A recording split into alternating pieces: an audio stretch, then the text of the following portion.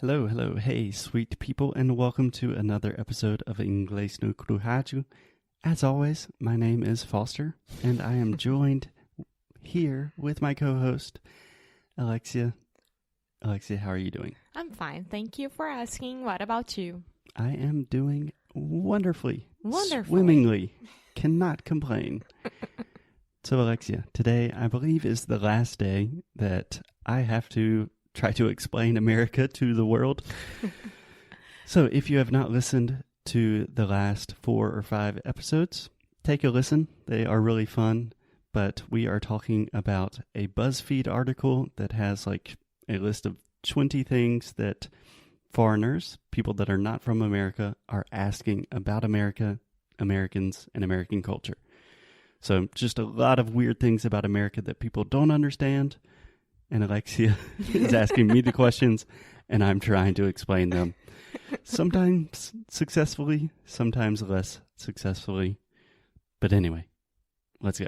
Okay, let's start. First one, the person asks.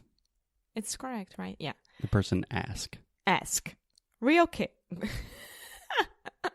Real quick. Can an American explain to me what a graham cracker is? Okay. I Google it, and I'm still none the wiser. Ah, that's a lovely phrase. Still none the wiser. I like that. Yeah, that's somewhat of an antiquated phrase. No, it's just poetic. Do you understand that? Still none the wiser? Yeah, I mean... I still am not smarter about the subject. To be a wise person is to be a very cold, like very smart person... Culta, etc. Culto. Tá tentando.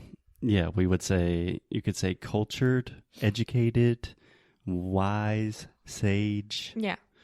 Yeah. Anyway, none the wiser means you are still out of the loop. Yes.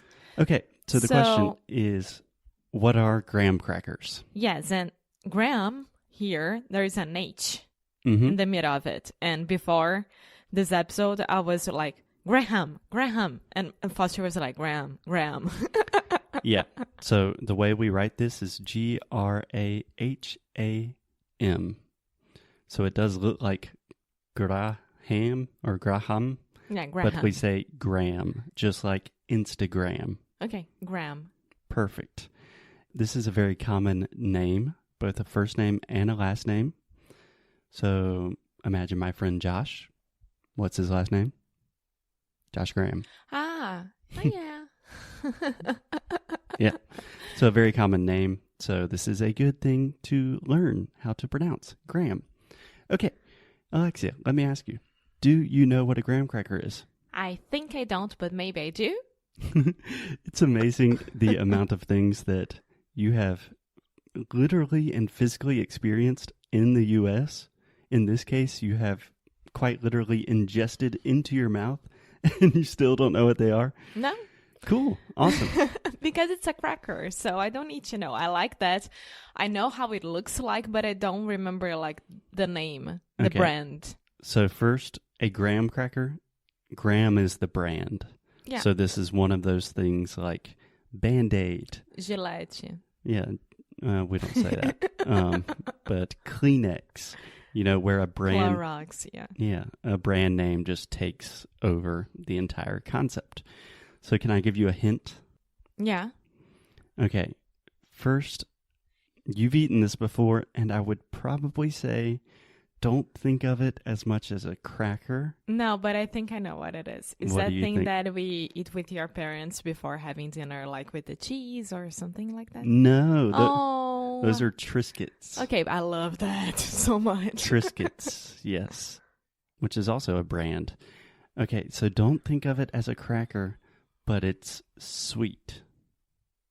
And you had it, I think, just one time, and it's normally for special occasions. Is that a very hard thing to eat? No, it's not. It's like an activity. An activity? Mm-hmm. The only time you did this, I think, was Easter? at my aunt and uncle, me and Jim's house, where you have a fire. Really? So it's like a very thin wafer, more or less, that you put under the... What's the name of that? Marshmallow? Yeah, but what's the name? S'mores. S'mores, yeah. Okay, so let me explain. I had twice that. Yeah, so we have a thing called s'mores in the U.S., which is just a graham cracker, and then you have a marshmallow, and then you put a marshmallow into a fire. So the marshmallow is like kind of burnt, and it's really fluffy and delicious. Very good. And then a piece of chocolate, and then another graham cracker, and it's like a little sandwich, and it's an activity that we do like when you're camping or if it's really cold outside. Yeah. And I love it. I love it. And your cousin can eat one piece. How do you say that? De uma vez. At one time. Yeah. At once. The chocolate sandwich at once. It's amazing. Yeah. Yeah. So does that clarify what a graham cracker is for you? Yeah. I mean, I would say the thin wafer that you put under the marshmallow. So it's more or less that. Yeah. And I remember that your mom couldn't find it the last time that I was there, and she had to go to Walmart. Remember that? So yeah. I know what that is. Yeah. And if you have the opportunity to eat s'mores in the U.S., they're delicious, but it's also just a super fun activity. Yeah. Yes, get around a fire, putting marshmallows in a fire, eating chocolate and graham crackers. Yeah. Okay. So, okay, last question. Cool. Can someone explain what hot topic is to me, please? Oh, no, it's not the last question. Is it? Okay, well, maybe that's the last one we can do today. Okay, so just to clarify, the question is, what is a hot topic? Yeah. Okay.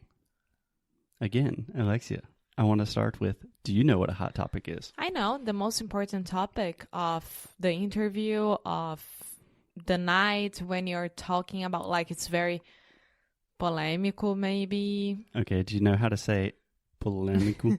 I know, but I forgot. We do have the word polemic in English, but no one uses that. No. So we say controversial. Yes, controversial. Yes. So the noun is controversy and then controversial. So if a topic is controversial, polêmico. Okay. So your hot topic guess was kind of right, not totally right. Okay. So a hot topic is just essentially any controversial issue that is popular, like in the news and stuff like that at the time. The abortion or guns or yes, in the United States and in the world. Those are definitely hot topics. And some hot topics like abortion and guns have been hot topics for a long time. But it's just kind of, what is the political issue or societal or cultural issue that's really controversial that everyone's talking about? That's a hot topic. But is a hot topic always with the politic view? Or can it be... With a what? The politic view. With... I'm not good with Okay, with a political view? Yeah, political view. Okay. No. I mean, life is politics, so... No, but my question is, can't, like, we are in high school, for example, and then we are talking about something. I don't know. And it starts, like, a discussion between the students and etc. Does it have to be, like, a hot topic from the politics, or can it be something from that group? Yeah, it can. So... just let me explain really quick. First, we have politics. That is talking about politics in general. We have a politician, and then we have political. So try to say that with me, Alexia. Politics. Politics. Politician. Politician. Political. Political. Yeah, you see how the different stress changes in a very similar word? It's crazy. Okay, I would say almost always hot topics are political topics, just because almost anything can be political. But for example, in different like subsets of the world, I would say that there are hot topics in everything. Like if you were thinking, I don't know, in the sporting world, like if Messi and Neymar are having a big argument and half the world is divided, And it's that's just a hot any topic. controversial issue Okay. that everyone knows about. Okay. Do we have time for the last one? Sure, let's do it. Okay. Yeah, well, so actually, someone needs this room right now. So, Okay, we can do it in 5 minutes. okay. Okay, Cool. so last one. Can an American explain to me why there's so much spitting in baseball? Every time the camera cuts, it's just someone spitting. No one knows how to swallow. Okay, so can I explain? Spitting is cuspir. Yeah. And swallow is engolir. Yes. That's it. Yes. So I can answer this one very fast, very easy. So why are baseball players always spitting on the baseball field? And not only like baseball players, almost any player during the sports, like you can see people spitting as well. But specifically here with the baseball. Definitely most famous in baseball. Okay. So they are using chewing tobacco. Chewing tobacco. So to chew is to mastigar. Yeah. But essentially you're just putting tobacco in your bottom lip. This is kind of something that is really heavily associated with baseball. Some other sports, it's kind of seen as like a southern redneck type thing, but it's really popular in the U.S. Not so popular in Brazil, I don't think. But yeah, they are chewing tobacco because I think a lot of time in baseball, you're just standing there and you're not doing anything. And they can't like smoke cigarettes, so they're just sitting there chewing tobacco. I have just a question. To chew is to, that's my thing. To chew is to mastigar. Mm-hmm. How do I say like, eu vou, sei lá, chupar pirulito, for example, when you are, it suck. can be very, To what? suck. Suck. So you can say like they're sucking tobacco? No, I mean, it's not, they're really not chewing anything, but that's the way we call it. We call it chewing tobacco. Okay. But they're not actually like masticando. Yeah, that was my point. Okay, yeah, cool. Okay. So that's all the time we have for today. Thank you, guys. I really enjoyed this. I know I probably said a lot of stuff that does not make sense, but I hope it clarifies things a little bit. Yes, it does. Thank you so much. I hope you guys enjoyed this. I did. And see you on the next episode. See you tomorrow. Bye.